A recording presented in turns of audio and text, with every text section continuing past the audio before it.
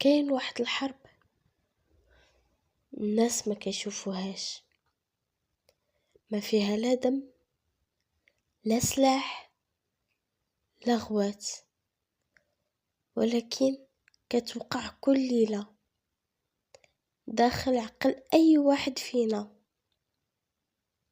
كتضحك قدام الناس وفي الداخل كتنهار شوية بشوية. الخوف، القلق، الندم، الكراهية والافكار اللي كتسحب الطاقة ديالك حتى كتولي تحس بلي انت ميت وانت باقي على قيد الحياة. والسؤال اللي خصو يتطرح هنا هو: واش المشاعر السلبية هي المشكل،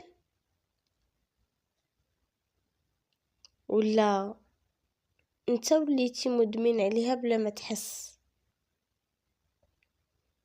قبل ما نبدا بغيتك تسمعني مزيان. هذا الفيديو ماشي مجرد تحفيز رخيص،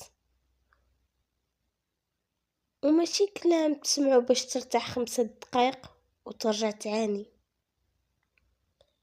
هذا الفيديو غيخليك تواجه واحد الحقيقة صعيبة: المشاعر السلبية ماشي عدوتك ديما، بعض المرات كتكون رسالة ليك. ولكن الإنسان بطبيعته كيغلط ملي كيبني بيت كامل داخل الألم. علاش كتغرق في المشاعر السلبية؟ المشكل ماشي أنك حزين، المشكل أنك بديتي كتلقى الراحة داخل الحزن. كتولي كتقلب على أي فيديو يزيد من الألم ديالك، أي أغنية ترجعك لنفس الذكريات، أي فكرة تخليك تغرق أكتر. وعلاش هادشي كامل؟ حيت العقل البشري عنده عادة خطيرة اللي هي أنه كيتعلق بالمشاعر اللي تعود عليها حتى إلا كانت كتدمرو. نفس الشي مع الإنسان اللي عاش سنوات في الخذلان، كيولي كيخاف من الراحة حيت الألم ولا هو طبيعي بالنسبة ليه. وأخطر إدمان يمكن يدمن عليه الشخص هو إدمان دور الضحية. كاين نوع من الناس ما كيحاولش يخرج من المعاناة حيت دور الضحية كيعطيه إحساس غريب: الاهتمام، التعاطف، والهروب من المسؤولية. وهذا هو أخطر سجن نفسي، حيت فاش كتقنع راسك باللي الحياة كلها ضدك كتسد الباب على أي تغيير. العقل السلبي من عادته يشوف العالم مشوه. إلا كنتي حاقد غادي تشوف كل شيء ضدك، إلا كنتي خايف غتشوف العالم مرعب، إلا كنت محطم غتشوف الحب مجرد كذبة. المشكل أن المشاعر السلبية كتبدل طريقة الرؤية ديالك، بحال شي واحد لابس نظارات كحلين وكيظن أن العالم كامل كحل.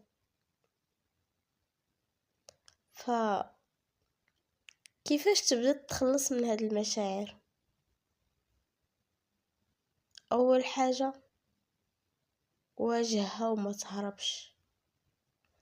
أكبر غلط كنطيحو فيه هو الهروب. الناس كيهربوا بالتليفون، بالعلاقات، بالأغاني،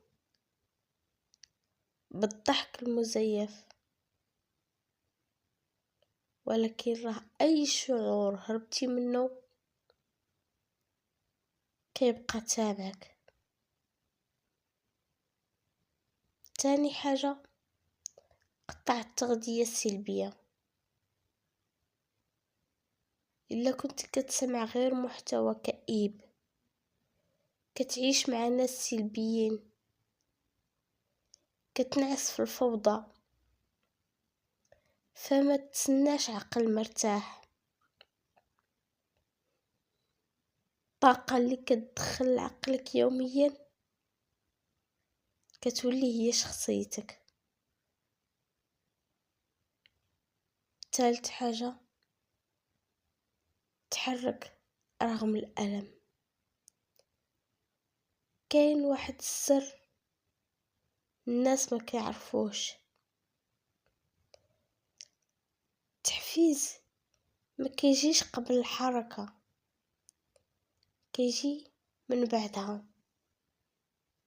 يعني ما تبقاش تتسنى تحس براسك مزيان باش تبدا تبدل حياتك، غير بدا والمشاعر غتلحق عليك. ونزيدك، السلام مش انك ما تحسش بالألم. السلام الحقيقي هو انك تحس، ولكن ما تبقاش عبد لداك الإحساس. تحزن عادي، طيح عادي، تضعف عادي، ولكن باش تبقى غارق سنين وسنين داخل نفس الظلام، هنا كاين المشكل. في النهاية، المشاعر السلبية ما غتختفيش نهائيا، حيت الإنسان ماشي آلة. ولكن الفرق بين شخص مدمر وشخص قوي هو أن القوي ما كيخليش الظلام يبني منزل دائم في الداخل ديالو. وديما تفكر بلي انت ماشي أفكارك، ماشي خوفك، وماشي الماضي ديالك. انت هو داك الشخص اللي يقدر يقرر واش يبقى غارق ولا يخرج للحياة من جديد. إلا وصلتي حتى لهنا، فراه داخلك جزء مازال باغي يعيش، مازال باغي يتغير. اشترك في القناة حيت الرحلة مازال ما سالتش، ومازال قدامنا بزاف باش نكتشفوا ذواتنا ونعيشوا بسلام. حتى لهنا كيكون الفيديو ديالي سالا. نتلاقى في فيديو جديد. تهلاو ليا فراسكم.